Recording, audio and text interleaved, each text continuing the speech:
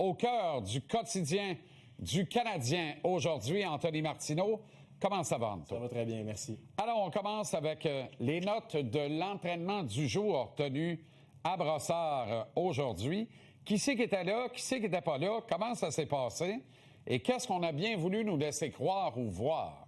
C'est beaucoup de questions, mais ce sont toutes des questions ultra pertinentes. C'est un peu la même, posée de 4 manières différentes. Exact. Mais d'abord, qui n'était pas là? Parce que ça va être la plus courte réponse. Josh Anderson n'y était pas. Tout le reste des joueurs y étaient. Josh Anderson, on devine un peu pourquoi. Jean-Charles Traitement.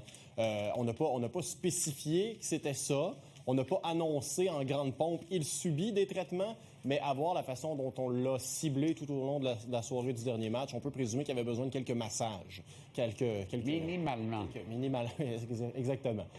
Ceux qui étaient là ont pratiqué quand même un bon rythme, les sourires étaient présents. Il y avait Kirby Dach. Kirby Dach était là, était d'ailleurs le 4e à sauter sur la patinoire, portait la même couleur de chandail que ses deux partenaires de trio du dernier match, Zachary Bolduc et Oliver Kapanen. Mais là, la question qu'il faut se poser, c'est est-ce que la couleur des chandails, en l'absence d'Anderson, justement, veut dire quelque chose à 100%? On aura leur juste davantage demain, j'ai envie de dire, et si on se fie à ce que Martin Saint-Louis nous a démontré comme routine, demain, pas mal près du match. Mais écoute, globalement, c'est ça. Ça a été des entraînements, comme vous le voyez, là, axés sur la possession de rondelles, sur les batailles en fond de zone. Un entraînement plutôt court, 20 minutes environ, et la majorité des joueurs sont retraités au vestiaire. Maintenant, on a parlé... une jasette de Martin avec Slav au milieu de ça. Il y a eu... Oui, les deux ont discuté. Slavkovski a aussi jasé avec le thérapeute de l'équipe au début de l'entraînement après sa première répétition. Je suis question de savoir probablement que tout était... bien? Oui, tout est en ordre au niveau du coco. Oui, parfait, tu peux continuer parce qu'on se rappelle que Juraj a reçu une pas pire droite au menton contre Brandon Hagel. Maintenant, parlant de Slavkovski, c'est intéressant ça que tu en parles parce que le premier trio, on a parlé beaucoup du jeu à 5 contre 5 alors qu'on voit Juraj et Martin parler là ce matin, mais on a énormément parlé du jeu à 5 contre 5 de l'équipe hier, toi et moi. J'avais envie d'axer ça sur le premier trio parce que tu auras besoin d'une d'une sublime prestation de ton premier trio à 5 contre 5 pour le reste de la série.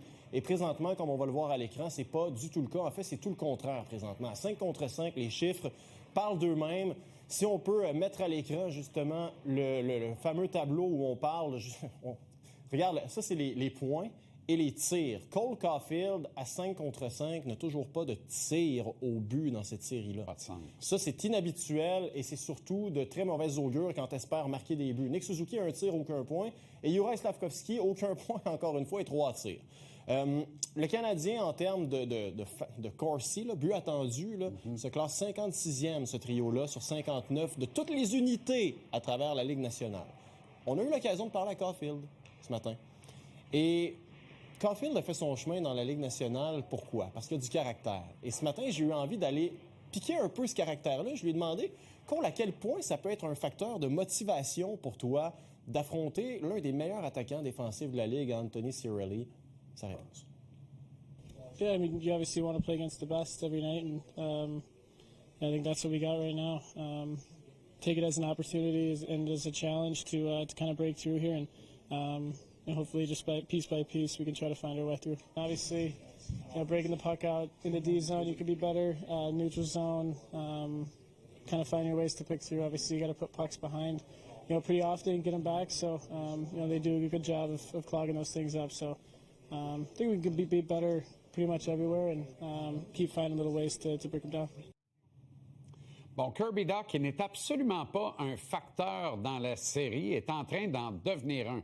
Ce qui est absolument indécent. Là. Un facteur, pour moi, c'est Josh Anderson qui a mal à partir avec les adversaires. Un facteur, c'est le premier trio qui produit 4 lancés à 3 en 2 matchs. Ça ne fait pas de sens. Exact. Pourquoi Kirby Dach, qui ne sert à pas grand-chose, devient un facteur, outre le fait que quelques tissus de panier et autres fumeux de gitane cachés dans leur sous-sol, anonymement derrière leur clavier, ils vont de sortie abjecte à son endroit, ce qui est une chose, mais qui n'empêche pas de voir la réalité en face. Il n'est pas à niveau, il ne fait pas le travail. Absolument. L'un n'empêche pas l'autre. Les commentaires sont condamnables. Tu n'écris pas un gars en privé pour lui signifier, en fait, pour l'insulter. Peu importe s'il est joueur de hockey ou Casey, ça se fait pas.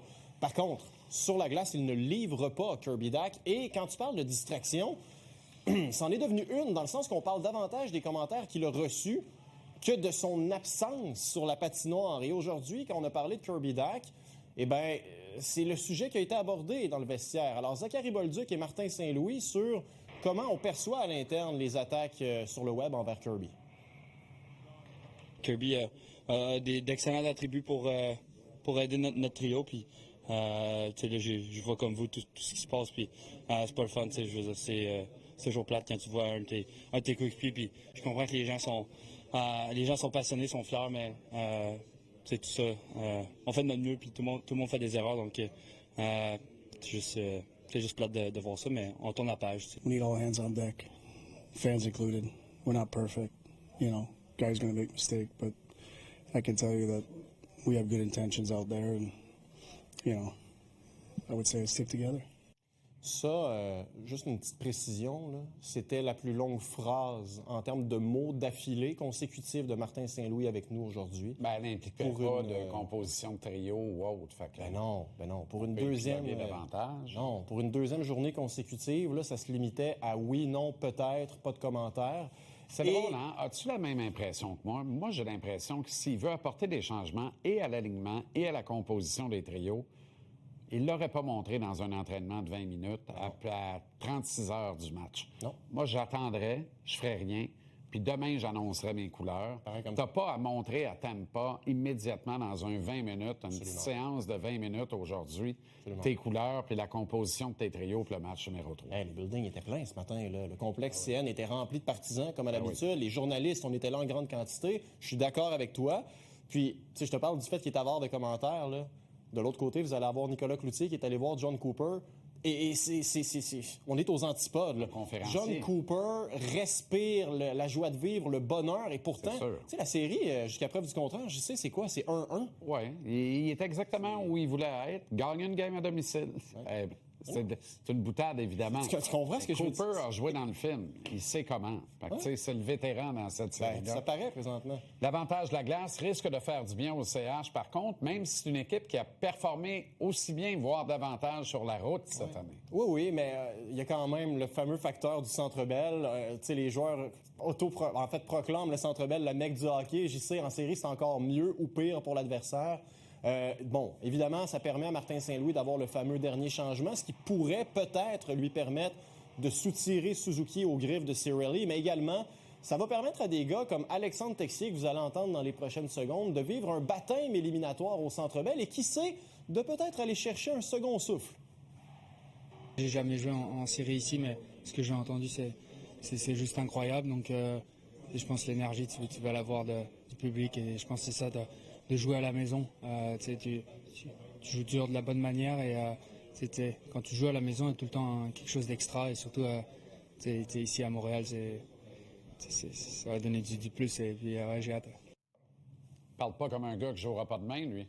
Non, c'est... Première mauvaise nouvelle pour moi. Ça ressemble à un gars qui va jouer demain, sinon il n'aurait pas été rendu disponible fort probablement aujourd'hui. Je veux dire, tout ce beau monde-là se parle à l'interne avant, là. Alors, j'ai très hâte à demain. Je pense que les gens à la maison qui nous écoutent ont aussi hâte de savoir quel sera l'alignement. Mais attendez-vous pas à ce que demain tout soit dévoilé en point de presse, malheureusement. Merci, Anto. Toujours un plaisir. Salut.